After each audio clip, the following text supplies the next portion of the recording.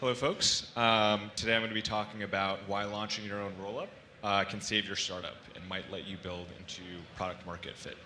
A little bit of background on myself. I'm the founder of Conduit. We're a rollup native cloud platform. We make it really easy for anybody to spin up their own rollup. We operate it, maintain it, upgrade it, and basically give people their own block space. Today, we do over 50% of the gas a second across Ethereum. We secure over 1.2 billion in TVL, over 30 mainnets deployed, and over 20% of the transactions sequenced on Ethereum are actually going through Conduit sequencers. And you can see some of the great teams that we work kind of at the bottom here. So before diving deeper, just establishing kind of the background, what is a rollup? I'm not going to get into a semantic debate today. I think rollups are really just off-chain compute that settles securely on-chain. And there's kind of a gradient of security models here, depending on the stack that you choose and what DA you might choose. But generally, what we're interested in here is the ability to verify some compute off-chain, kind of on-chain. And rollups enable you to customize this compute to your application. There are kind of various configurations and customizations you can do. You can do things like use a custom gas token. You can use modular DA for cheap variable costs. And generally, we're seeing this form factor kind of take over as, it's kind of very similar to AWS, right? You can spin up your own EC2 server. You can increase the memory. You can increase the CPUs. And we're starting to see that for rollups and crypto-based compute. So before rollups, it was pretty hard to build on-chain, right? So you had a couple of options here. You could deploy on a shared layer. So like Ethereum, kind of in the early days, CryptoKitties was kind of an application that kind of took off. But when DeFi kind of made it to Ethereum, CryptoKitties got priced out, right? So no one was going to pay a couple of dollars to play CryptoKitties game. And so they either had to migrate to a layer 2 for cheaper fees, or they may have even needed Explorer creating their own alt L1. And so that's kind of the evolutionary path that we see for applications, is they first deploy on a shared layer. If they kind of take off, they run into vertical scaling limits. So a very common one is they're limited by the amount of gas that they can do on-chain, and they're limited by kind of how expensive those fees can be. And since blockchains are so limited generally on shared layers and compute today, you kind of design your application around that, and I think that's kind of what we've seen in today's market, where many of the applications are DeFi-based, where users are willing to pay very high transaction fees. And I think if we're going to see crypto succeed, we're going to need to see an abundance of on-chain compute, where on-chain compute is very cheap, and you can start to think about building kind of more expressive and interesting applications on-chain. I think the fact, any of these options, you either kind of run into scalability limits, or you kind of, frankly, just run into, kind of upfront costs and delays in kind of getting your application to market.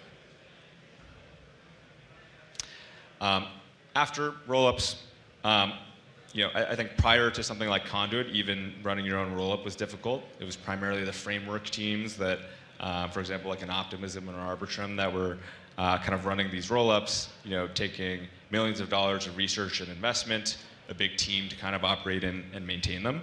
I think what we do is we kind of take that best-in-class technology and make it launch-compatible for kind of anyone to use. And because of that, I think it's a really great form factor for getting your own dedicated block space. And so instead of launching your own layer 1, which might require a token to bootstrap validators, you can just launch a rollup. Instead of paying rent and fees, you can actually internalize this fee revenue. So a really good example are, for example, games. You might subsidize user transactions. So instead of taking fees, you kind of turn those transaction fees into cloud costs, which ends up being a lot more scalable for these games. Modular DA makes this incredibly cheap, right? So instead of posting data to call data on Ethereum, which has traditionally been very expensive, we now have things like AnyTrust, Celestia, of course, EigenDA, and 4844, so blobs. And so very, very cheap data has meant that transactions on-chain can be incredibly cheap, and the next scalability limit is really compute. And one of the major challenges we're actually kind of tackling at Conduit that I'll get into. And so really what traditionally took tens of engineers, millions of dollars, is now a $3K a month conduit bill.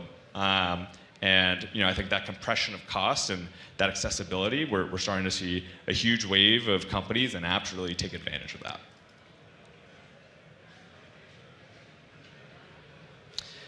And so I've been talking a lot about the advantages, and I think it's important to dive into like a real-world case of this playing out. And I think the kind of the one I'd like to highlight today is proof of play.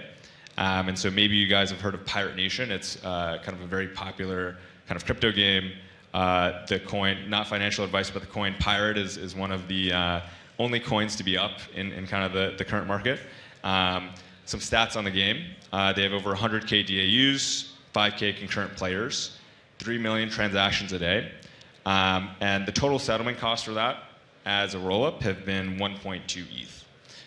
So that's an incredible kind of cost compression there, and I think it's really enabled their business in a unique way. And I'll kind of dive into some of the decisions that they made and kind of the technical pieces of how that's actually possible today.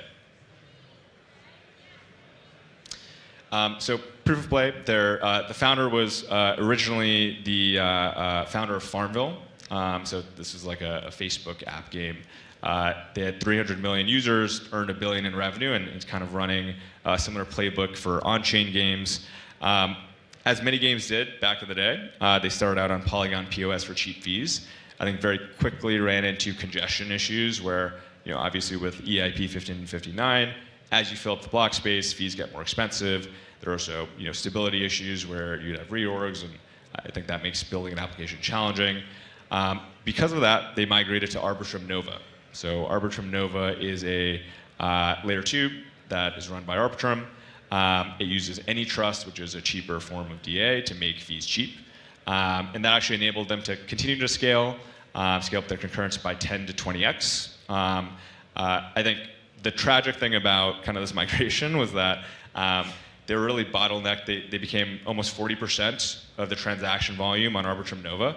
And they're paying anywhere from 1 to 20K US dollars a day on gas fees for their users. And so that actually required them to limit the number of users playing the game, to limit concurrence. And in order to scale this game to hundreds of millions of users, this clearly wasn't going to let them do that. And so it was at that point they started exploring their own rollup. And they came to Conduit. They were exploring, what tech stack do I use? Where do I settle? How do I internalize these fees so that I'm not paying 20K a day? And we kind of helped them navigate that. They eventually ended up deciding to be in Arbitrum Orbit L3. So that's in L3 that's settling to Arbitrum 1. Couple of reasons for that.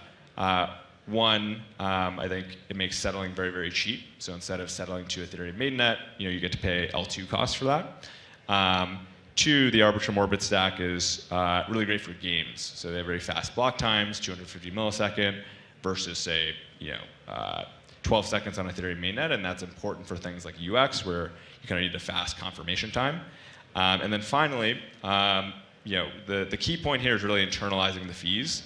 And the Orbit stack makes it easy to recycle that. And so proof of play ends up powering a lot of the in-game actions. And so when you're playing the game, and let's say you get like a loot box, all of that is on-chain, kind of powered by their relayers. And it was important for them that they were able to essentially recycle the sequencer revenue back to their game relayers in order to keep the game kind of powered. And so we built this kind of performance-based dashboard for rollups called rollup.wtf. We're big fans of like L2 Beat, which kind of show the security trade-offs, but we didn't find anything that was really showing kind of real-time performance metrics. You can go to this site today, and it'll show you kind of what these chains are doing. Proof of play is consistently at the top in terms of gas per second. And so they're hitting 40 million gas a second.